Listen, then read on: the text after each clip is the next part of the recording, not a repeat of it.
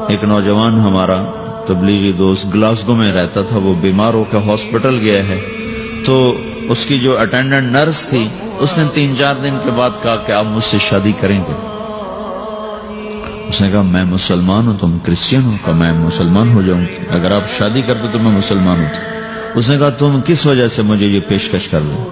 وہ کہنے کہ میں 3 دن سے تمہیں دیکھ رہی ہوں تو کہ تم نے ایک دفعہ بھی نظر اٹھا کے مجھے نہیں دیکھا، میں نرس ہوں، میری زندگی یہاں گزری ہے، میں نے کوئی نوجوان ایسا نہیں دیکھا جو لڑکی کو دیکھ کے نظر جھکا لیتا ہو، میں پہلی دفعہ اپنی زندگی میں کسی کو دیکھ رہی ہوں کہ جب اس کے سامنے میں آتی ہوں تو اس کی نظر جھک جاتی ہے، تو مجھے یقین ہو گیا تیرے اندر سچائی ہے۔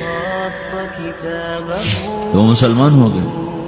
اس نے آگے کتنی بچیوں کو مسلمان کیا۔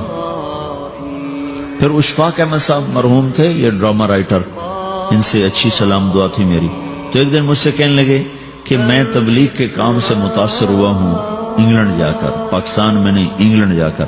تو میں ایڈنبرا میں پارک میں بیٹھا تھا، میری بیوی میرے ساتھ بیٹھی تھی، تو ایک جماعت آئی، انہوں نے آ کر اذان دی مغرب کی اور نماز پڑھی۔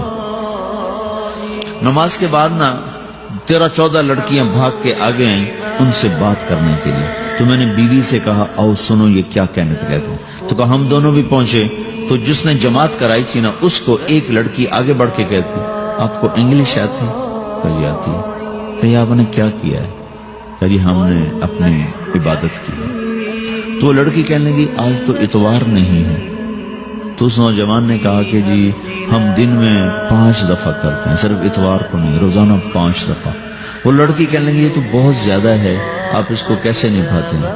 تو اس نے اس کو جواب دیا، 2-3 سوال اس نے اور کیے، جواب دیا۔ تو کہنے لگی اچھا بہت مہربانی، اس نے سے ہاتھ بڑھایا آگے ملانے کے لیے تو وہ نوجوان کہنے لگا میں آپ سے معافی چاہتا ہوں، میں آپ کو ہاتھ نہیں ملا سکتا۔ تو اس لڑکی نے کہا کیوں؟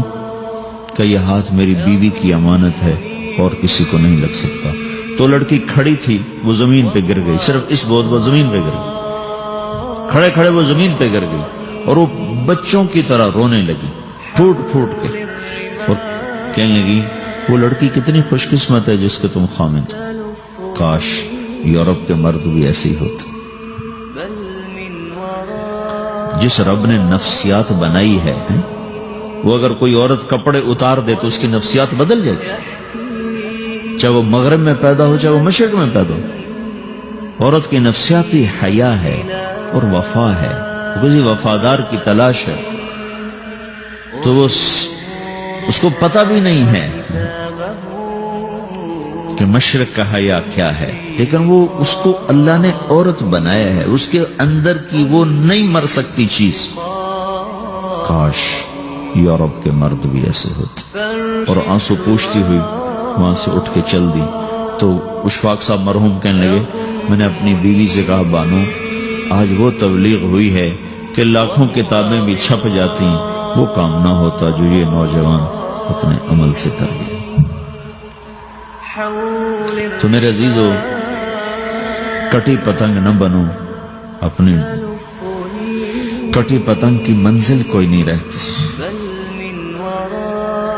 اللہ اس کے رسول کے ہاتھ میں اپنے ڈور دے کے چلو، اللہ اس کے رسول کی غلامی میں اپنے آپ کو چلاؤ تو اللہ تمہیں بھاگ لگائے گا، عزت بھی دے گا۔